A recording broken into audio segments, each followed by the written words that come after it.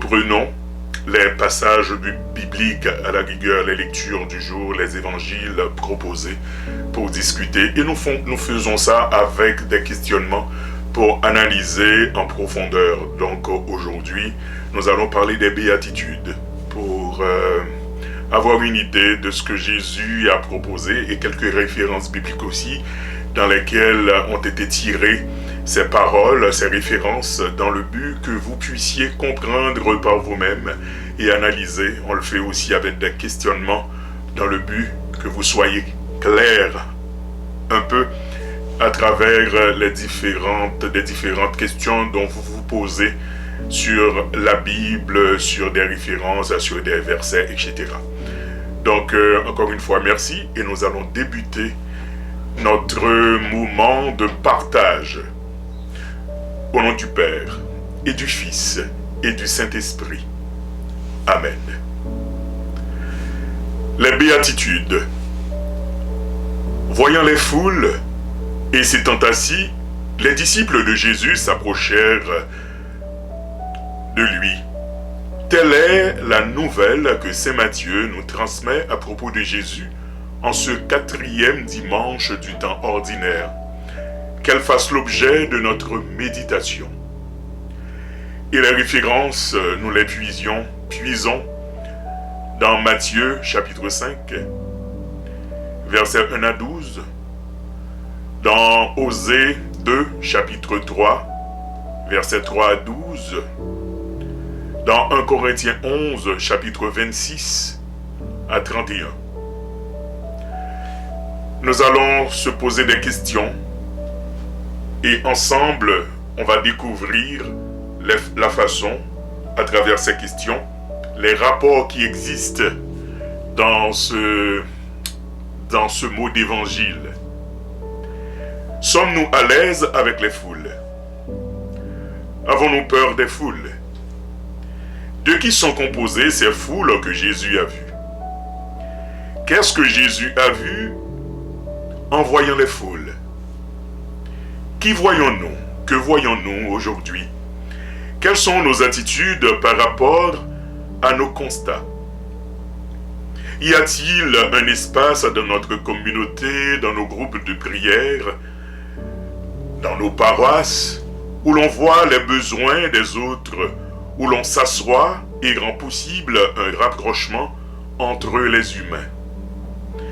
Quelles sont les leçons tirées du récit des béatitudes que saint Matthieu nous a présenté?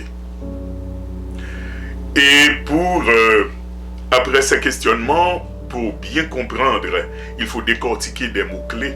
Et là-dedans, et c'est ce que nous allons faire, nous allons sortir des mots-clés pour comprendre un peu le texte. Des mots-clés. Voir, s'asseoir, s'approcher. Et nous allons les définir. Voir.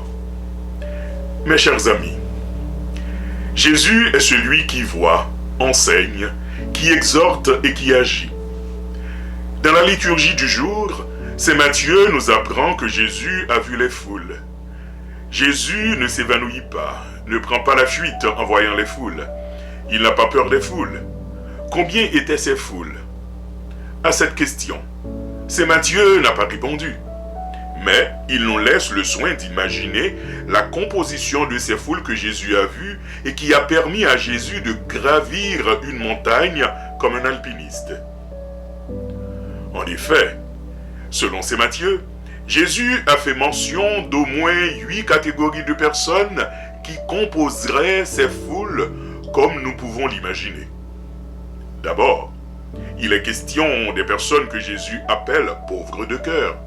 Des gens qui se détachent des richesses de ce monde pour mettre Dieu et son royaume au centre et au sommet de tout en partageant leurs richesses avec les pauvres. Jésus a vu des gens qui pleurent parce qu'ils souffrent, subissent une injustice, des gens doux qui disent non à la colère, à la violence des personnes affamées, assoiffées de justice, car elles en ont assez de voir que les droits et libertés des faibles sont piétinés.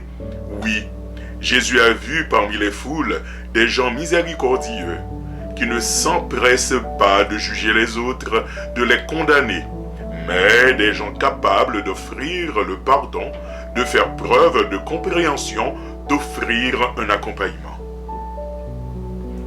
Oui, Jésus a vu des cœurs purs, des gens authentiques, sincères. Jésus a vu des artisans de paix, des gens qui ne sont pas belliqueux, mais des bâtisseurs de ponts d'unité, de fraternité. Jésus a vu des gens qui sont persécutés car ils cherchent à établir un nouvel ordre social, à prendre la défense des sans-voix, des pauvres. Et ils assument les conséquences de ces choix. Sommes-nous de ces foules que Jésus a vues? Qui voyons-nous? Que voyons-nous? Sommes-nous capables de voir de ces personnes dans notre famille, notre communauté, nos groupes de prière, notre pays? Que faire après les avoir vus? S'asseoir. Il est intéressant de découvrir que Jésus, après avoir vu, va poser un autre geste, celui de s'asseoir. Ma grand-mère avait toujours une belle chaise dans son salon, une chaise spéciale pour recevoir, accueillir les passants. Elle disait toujours que si une personne qui passe et arrive chez elle accepte de s'asseoir, c'est-à-dire elle n'est pas pressée. Elle veut dialoguer, communiquer, et peut plutôt avoir quelque chose d'important à dire. Il faut lui offrir même un verre d'eau. Autrefois, être assis dans la Bible était une belle posture pour enseigner. Les rabbins enseignaient en étant assis.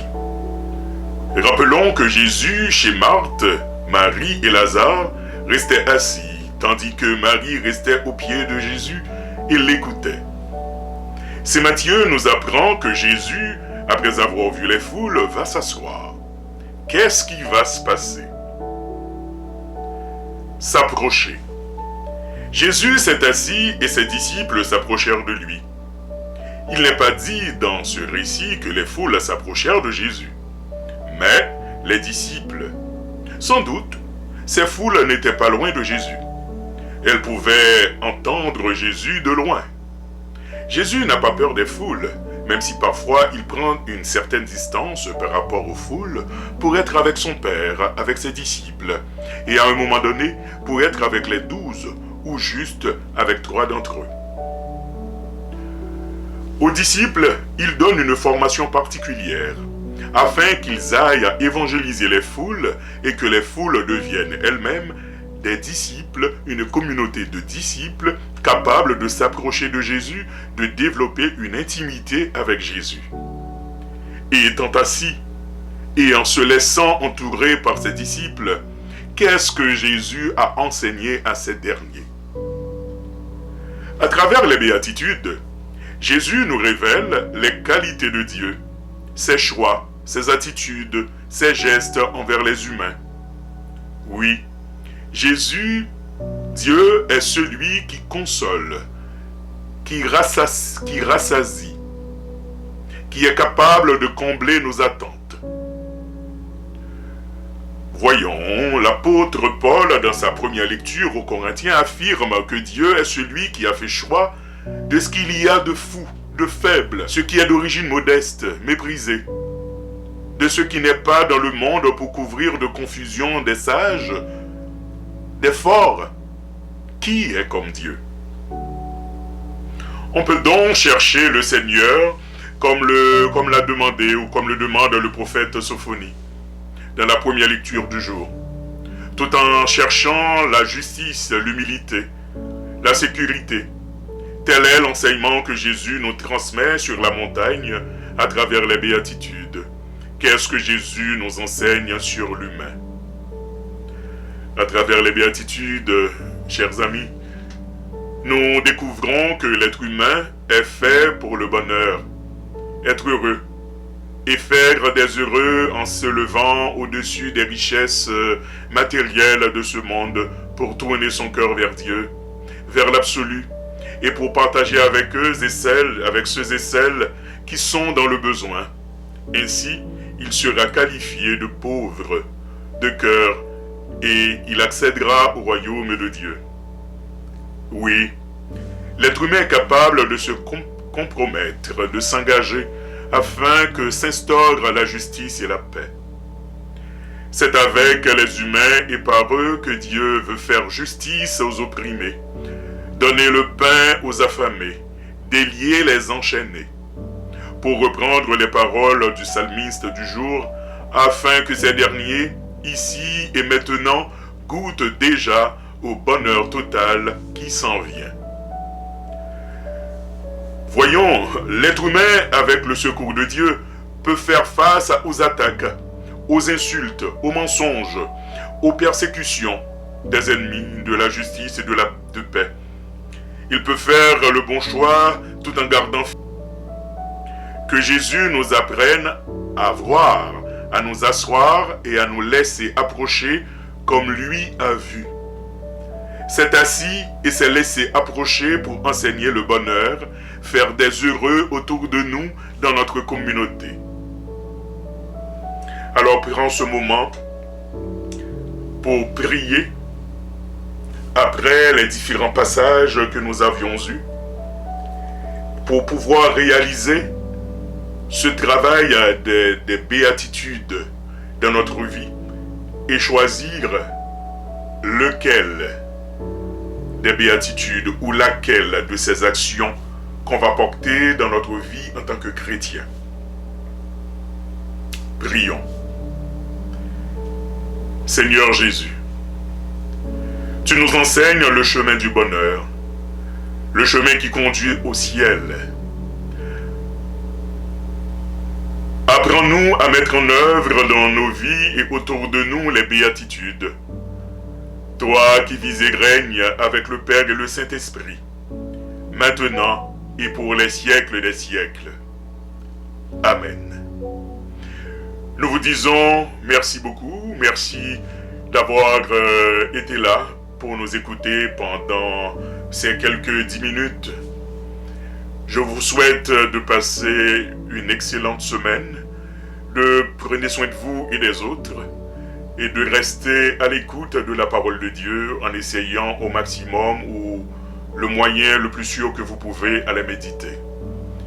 Que le Seigneur nous bénisse et nous garde, qu'il tourne sa face vers nous et que nous soyons propices, qu'il nous donne sa paix et sa grâce dès maintenant et à jamais. Amen. Au nom du Père et du Fils et du Saint-Esprit. Amen.